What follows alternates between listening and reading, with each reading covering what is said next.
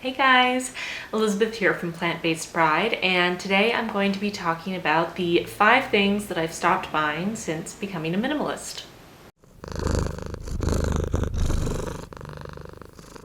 So the first category of things that I've stopped buying are DVDs, magazines, and physical books. I used to be someone who was subscribed to many magazines that I would get each month, and even once I canceled those subscriptions, I was still very prone to picking up magazines while I was out, purchasing magazines when I was going on a flight somewhere, and just kind of collecting them and leaving them around because I would always end up having at least one article that I hadn't gotten to in that first reading, and I always thought I would get back to it, and I never would. So I just had piles and piles of not only magazines, but pages of magazines, certain articles or things that I had ripped out and saved, thinking I would read them or reread them at some point, which of course I never did. So I have stopped entirely buying magazines ever. And that was especially hard to do in the past year when I was planning my wedding, and all I wanted to do was buy every wedding magazine out there and just surround myself with them and get totally into wedding planning, but I didn't do it. I've also stopped buying DVDs because, let's be honest, pretty much everything I want to watch is on Netflix already. I have held on to a couple DVDs of some of my very favorite movies that I want to know I can watch at a drop of the hat. Movies like Benny and June and The Princess Bride, things that I want to be able to watch even if Netflix decides to get rid of them for some reason, or if they're not already on Netflix. But I have no reason whatsoever to purchase a DVD from now moving forward.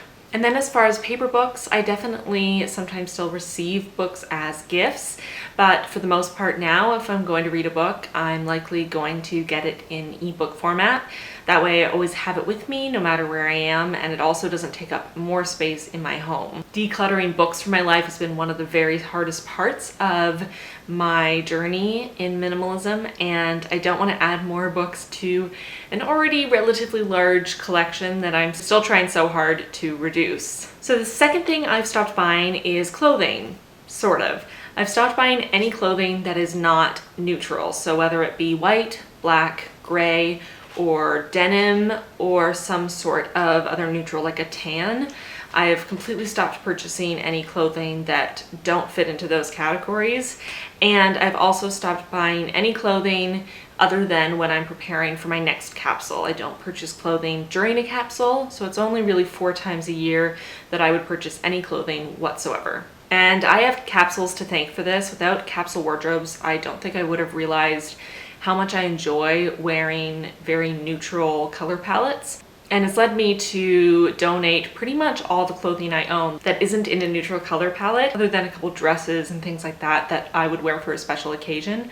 And I really love the cohesiveness of my wardrobe, and it also helps that really anything can go with anything else. And I also feel like wearing color-free and pattern-free clothing kind of lends a sense of simplicity and timelessness to an outfit, and I really enjoy that.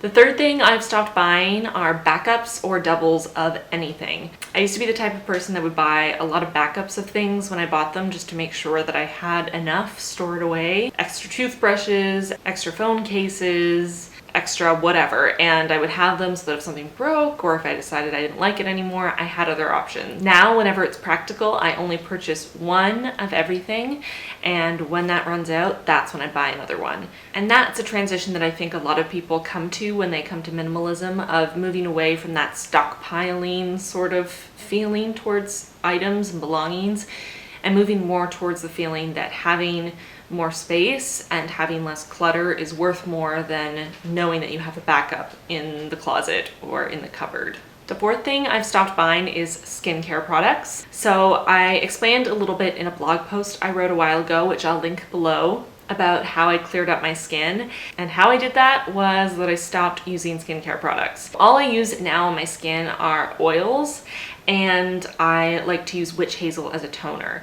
So I wouldn't really consider those skincare products. I purchased them at a health food store near my house, and that's all I use on my face. I don't purchase skincare products anymore. If you want to know more of the specifics about what I use, again, check out that link below to my blog post on it. I talk about all of the aspects of my skincare routine and how I cleared up my skin.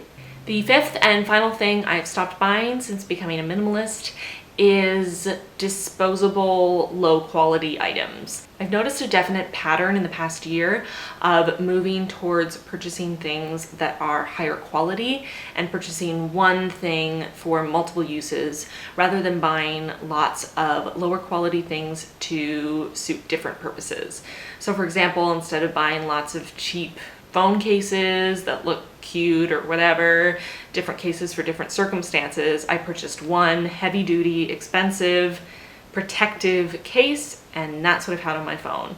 And that may seem like a little thing, and that's not necessarily exclusive to people who are minimalists or living in a minimalist lifestyle, but it's something that I definitely was not doing before. And I've really enjoyed seeing how this transition has impacted the way I live my life and also my pocketbook. So I hope you guys enjoyed this video. If there are things that you've stopped buying since becoming a minimalist, please let me know in the comments below. I'm always looking for ideas to minimize and simplify my life more, so please let me know and let's keep this conversation going. If you haven't seen my other videos on minimalism, I will link in the cards my entire playlist on videos about minimalism. I have videos about capsule wardrobes, a 1-year minimalism update, struggles I've had with minimalism, and other great videos, so check it out there. Don't forget to like this video if you liked it and subscribe so you don't miss the videos that I'm putting up every Monday and Saturday. And I'll see you guys really soon in my next one. Bye. Don't forget to check out my blog, plantbasedbride.com, where I post a new blog post every single Wednesday. Remember to like and subscribe, follow me on social media, and check out my Patreon page for lots of fun rewards and extra content.